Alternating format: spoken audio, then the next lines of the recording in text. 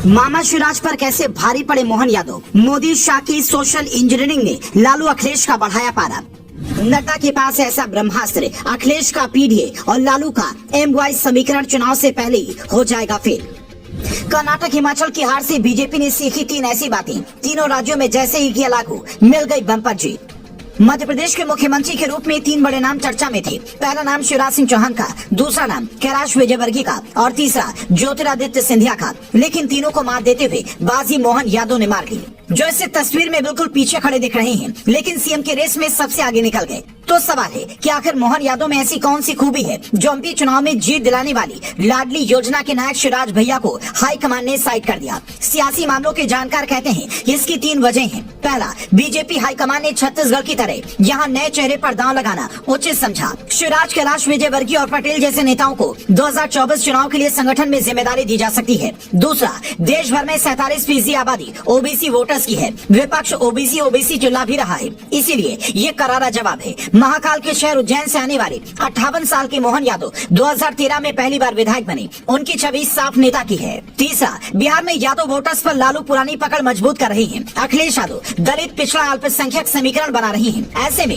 यादव चेहरे को आगे कर बीजेपी ने एक साथ यूपी बिहार सब साथ दिया है। यानी शिवराज बीजेपी की सोशल इंजीनियरिंग में फिट नहीं बैठे हैं और ये बात उन्हें चुनाव से पहले ही पता थी, इसीलिए बार बार ये कहते घूम रहे थे कि मैं बहुत याद आऊंगा। बयानों ने कांटे निकाल दिए हैं, मैं सीएम पद की रेस में हूँ ही नहीं। शिवराज के ये 3 बयान बताते हैं कि उन्हें पार्टी ने पहले ही कह दिया था कि आपको 2024 के चुनाव के लिए कड़ी मेहनत करनी है और जहां दिग्गज नेता संगठन में होंगे वहां किसी भी पार्टी को सीटें बढ़ाने में मुश्किलें नहीं आएंगी। बीजेपी इस बार 400 पार नारे के साथ उतर रही है, तो उसके हिसाब से मेहनत भी करनी होगी। इसीलिए विपक्ष के हर समीकरण का बीजेपी एक एक कर काट ढूंढ रही है, साथ ही अपनी पिछली हार से सबक भी ले रही है। मोदी शाह के नेतृत्व में बीजेपी को काफी कम हार मिली है, बावजूद उसके उस हार से हाईकमान काफी कुछ सीखने की कोशिश करता है। आपको याद होगा, कर्नाटक और हिमाचल प्रदेश में हार के बाद बीजेपी ने सीएम चेहरा घोषित करना बंद कर दिया। विधानसभा चुनाव को सीधा मोदी से जोड़ दिया और प्रदेश में अगर अपनी सरकार है तो योजनाओं की बाकी उसके फायदे गिनवाए, वरना विपक्ष की सरकार है तो सीधा केंद्र की योजना से उसकी तुलना कर दी,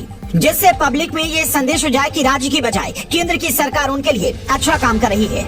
बीबीसी अपनी रिपोर्ट में एक वरिष्ठ पत्रकार के हवाले से लिखता है, मुझे ऐसा लगता है कि बीजेपी हार जीत दोनों से सीखती है। राजस्थान में बीजेपी का काम मैंने देखा है। राजस्थान में बीजेपी 1990 में पहली बार सत्ता में आई थी, 120 सीटों के साथ बहुत प्रभावी तरीके से सत्ता में आई। तो बीजेपी ने इसके बाद अपना एक दल बंगाल भेजा, ये पता लगाने की आखिर पश्चिम बंगाल में ऐसी क्या चीज है कि वहाँ पर कम्युनिस्ट पार्टी लगातार जीत हासिल करती आ रही है। बीजेपी में शुरू से ललक रही है कि नई घटनाओं से कैसे सीखा जाए। ये जो सीखने की ललक है ना, यही बीजेपी को बम्पर जीत दिलाने का काम करती है। जबकि कांग्रेस कई राज्यों में ये जानते हुए भी कि इस गलती से हम चुनाव हार सकते हैं, उल्टा दांव चल देती है और नतीजे उलट जाते हैं। इसीलिए राजनीतिक विश्लेषक भी कहते हैं कि बीजेपी को हराना है तो बीजेपी की तरह नहीं, बल्कि उससे एक कदम आगे सोचना होगा। फिलहाल ये कांग्रेस या राहुल गांधी के बस की बात नहीं है। हालांकि बतौर मतदाता ये आपको तय करना है कि किसे कौन सी कुर्सी मिलनी चाहिए। मध्य प्रदेश के नए सीएम के रूप में मोहन यादव का नाम सुनकर आपको कैसा लगा? क्या बम्पर जीत के बावजूद मामा को साइड कर मोदी शाह की जोड़ी ने ठीक नहीं किया? कमेंट कर बताएं।